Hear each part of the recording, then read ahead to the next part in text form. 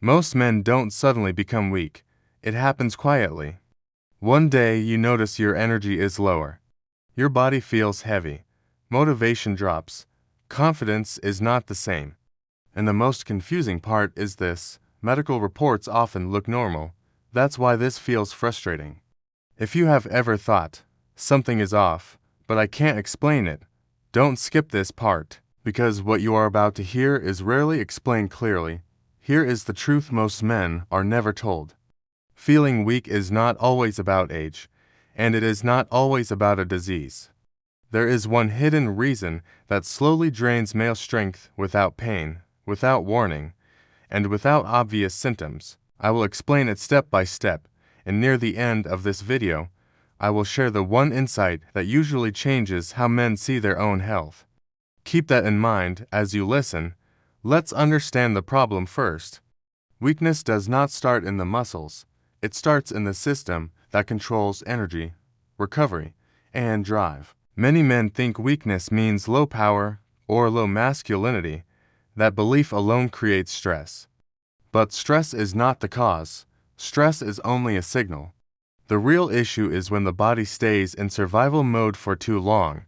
This is where most people misunderstand what doctors say, so stay with me, because this part matters. Here is where things quietly go wrong. Modern life pushes the body into constant alert mode: poor sleep, long sitting hours, mental pressure, irregular eating, no real recovery time. None of these feel dangerous on their own, but together, they create one main enemy: lifestyle imbalance. This imbalance tells the body that rest is not safe, and when the body believes rest is not safe, it stops investing energy in strength, performance, and repair. Don't skip this, because this single shift explains a lot. Now notice the consequence. When the body stays in this state, hormones don't drop suddenly. They slowly lose rhythm. Energy becomes unstable. Some days feel okay, some feel empty. Motivation fades first, then physical strength, then confidence.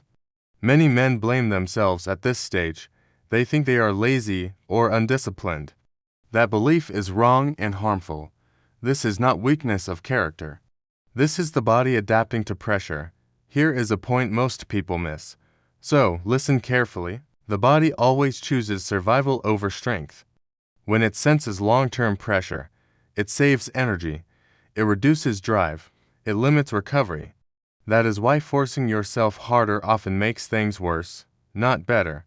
If this sounds familiar, you are not alone. And before we go further, remember this thought, because it will connect later in a very important way. You might be wondering, why doesn't this show clearly in tests? Because many tests only look for extremes. They don't measure balance. They don't measure rhythm. They don't measure how safe your nervous system feels day to day. This is why many men are told, everything looks fine, while they feel anything but fine. This does not mean doctors are wrong. It means the picture is incomplete. Before I explain what actually helps, there is one small but critical detail most men overlook. This detail decides whether the body rebuilds or keeps straining itself. Don't skip the next part, because this is where understanding turns into clarity.